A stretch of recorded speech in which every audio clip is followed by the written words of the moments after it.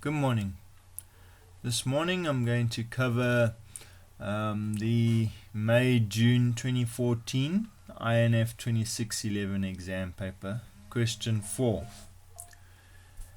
If you have a look, the first question on the left here is firstly my code. I've redesigned the form and recreated it to represent the program, and then on the right is the questions that they asked. As you can see here, they're asking, give a definition of an object orientation in terms of objects and classes, and give a reference and line number from the code above. Alright, so when I have a look at my definition, an object is a self-contained component that contains properties and methods needed to make a certain type of data useful. Okay? And a class is a blueprint or a template or set of instructions to build a specific type of an object. So when we have a look at this snippet of code here, you'll notice there's these different controls on here. Okay? Now these three are buttons, okay? And what it's saying is that these three buttons are of the same class type, okay? They all come from a class called T button, okay? So they're all derived from that class. And in that class it has a set of properties that are exactly matching that same object. So now what we've done is through here we've created new objects by just giving them a new name, okay?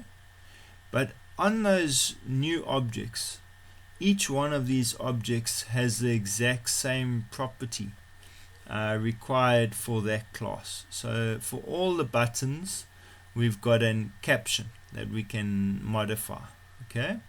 And the same with the name. We can modify their name.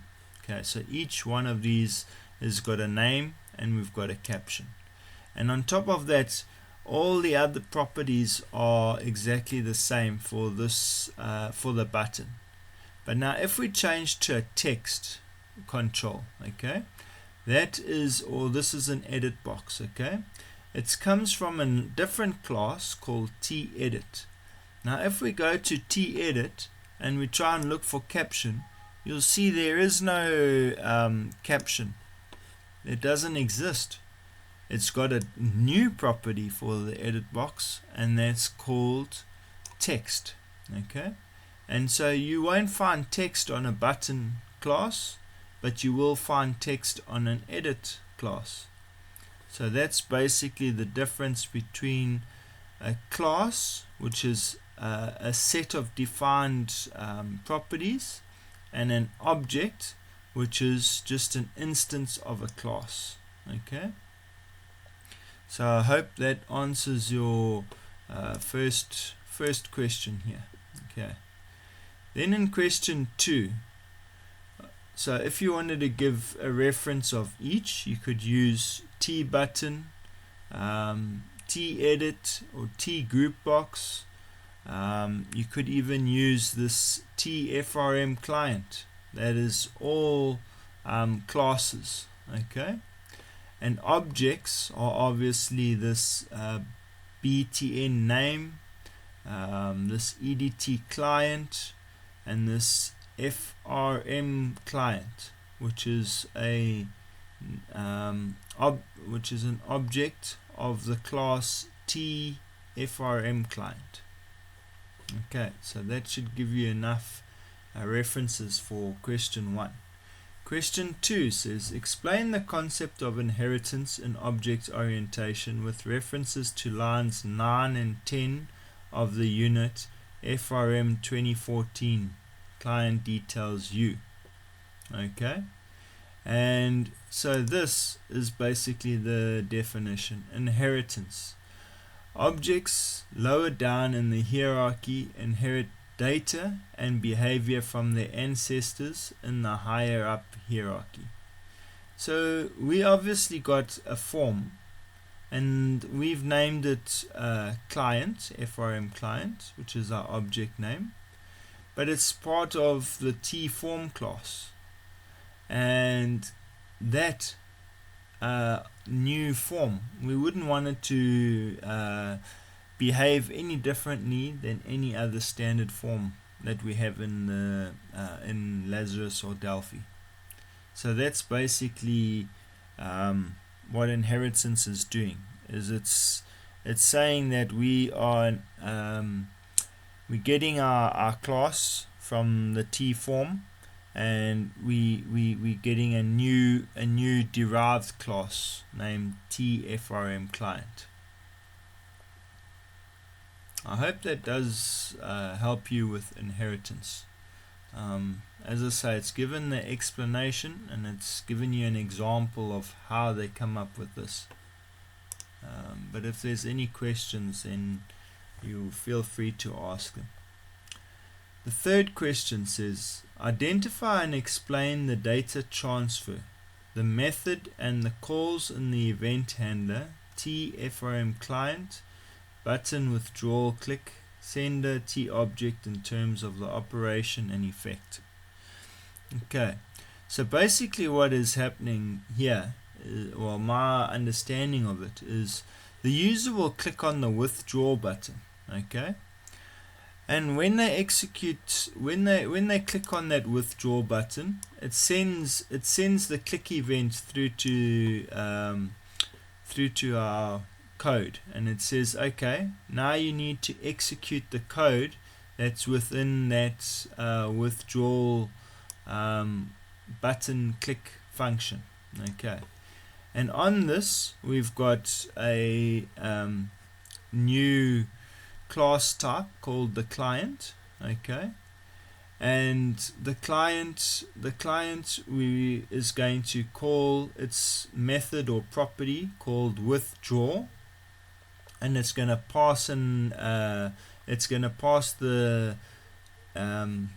amount that's entered into this edit control called edt amount. Okay, and once that is passed to the client will execute whatever code is in the withdrawal statement, and that obviously the withdrawal statement's got an amount that it's saying you need to calculate.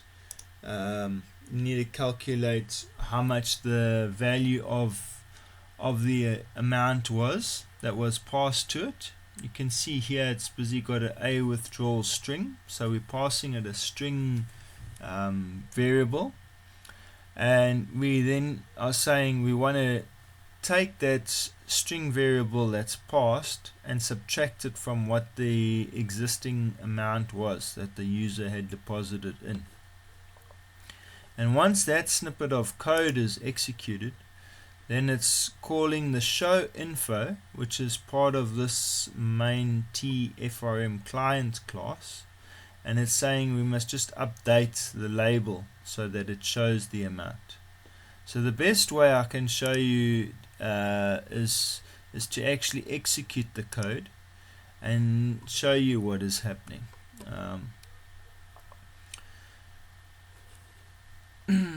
So say for instance we've got a user named Ed. Okay, we deposit 1,000 Rand into his account. So here we've got an update name function which updates it to Ed, and he's got currently nothing, but we click on deposit and we've deposited 1,000 Rand. Now we say Ed wants to draw 50 Rand today, so we go over here and we click on withdraw, and you can see there it is executed.